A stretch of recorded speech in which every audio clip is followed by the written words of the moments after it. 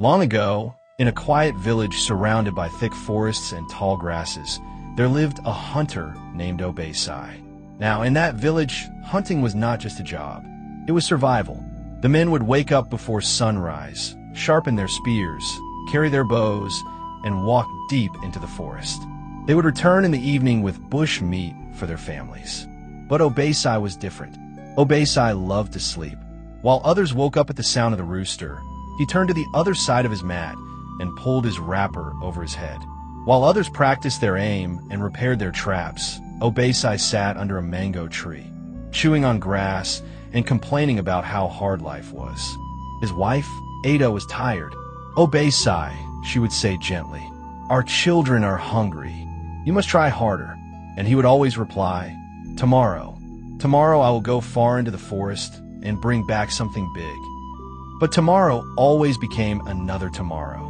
Soon, people in the village began to laugh at him. They called him the hunter who hunts in his dreams.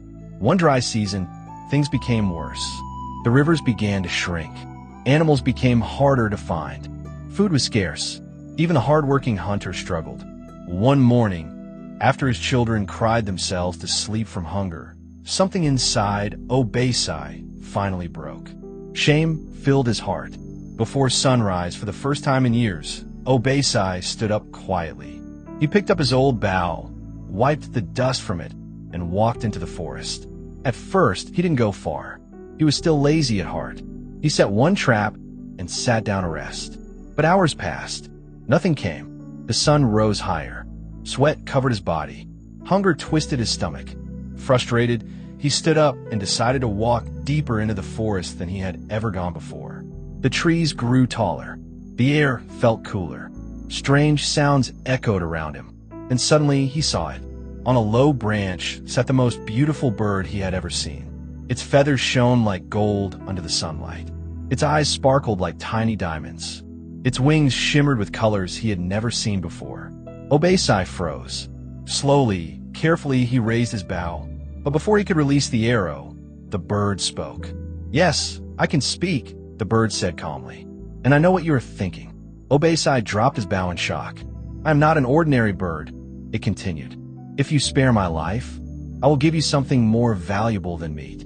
Obesai's heart began to beat fast. What could be more valuable than food, he asked. The bird fluttered down and dropped a single golden feather at his feet. "Take this home," it said. "Whenever you need help, call my name, and I will come. But remember, true wealth comes to those who work, not those who wait."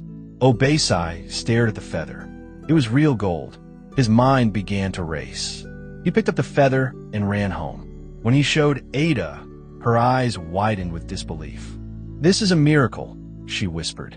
That night, instead of calling the bird immediately, Ada said, "Let us use this wisely. Sell the feather, buy food, repair your hunting tools, work harder." And that is what they did. Obesai sold the feather in a distant town. With the money, he bought strong traps, a sharper bow, and food for his family. For the first time, he began waking up early.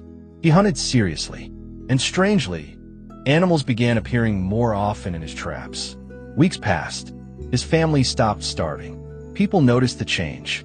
But deep inside Obesai, something else was growing. Greed. One evening, as he counted the money from selling meat, he thought about the bird. If one feather brought this much, he whispered to himself, "Imagine if I had 10.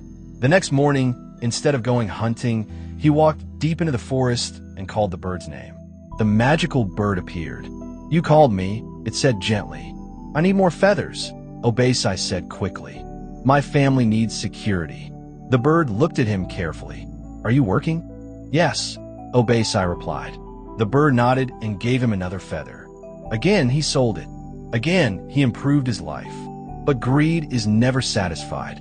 Soon, Obesai stopped hunting altogether. Why struggle in the forest when the bird could give him gold? He began calling the bird every few days. Each time, the bird would ask, "Are you still working?" And each time, Obesai would lie. "Yes." But the bird knew the truth.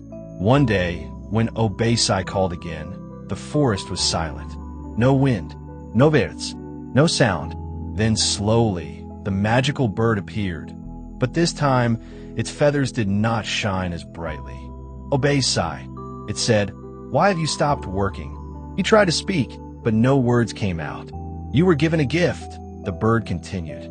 "Not to replace effort, but to support it." Obei-sai fell to his knees. "Please," he begged, "just one more feather." The bird shook its head. When laziness returns, blessings disappear. And before his eyes, the magical bird vanished into thin air. Obei-sai searched everywhere. He called until his voice broke, but the bird never returned. Days passed. His money finished. His tools began to break. His family grew hungry again. This time, there was no magic to save him. Only his hands, only his effort. And slowly, painfully, Obei-sai returned to the forest, not as a lazy dreamer, but as a determined man. He worked harder than ever before. He hunted honestly. He repaired his traps himself. He endured the heat and the long walks. It was not easy, but something surprising happened. He began to feel proud, not because of gold, but because of sweat.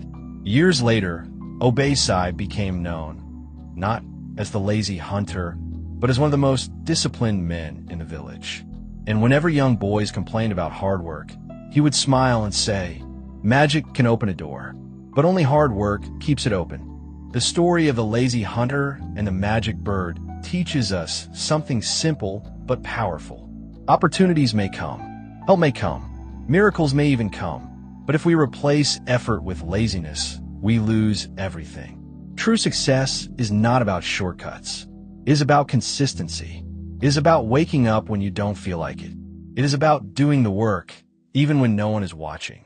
Because in the end, the greatest magic is not a golden feather. It is discipline.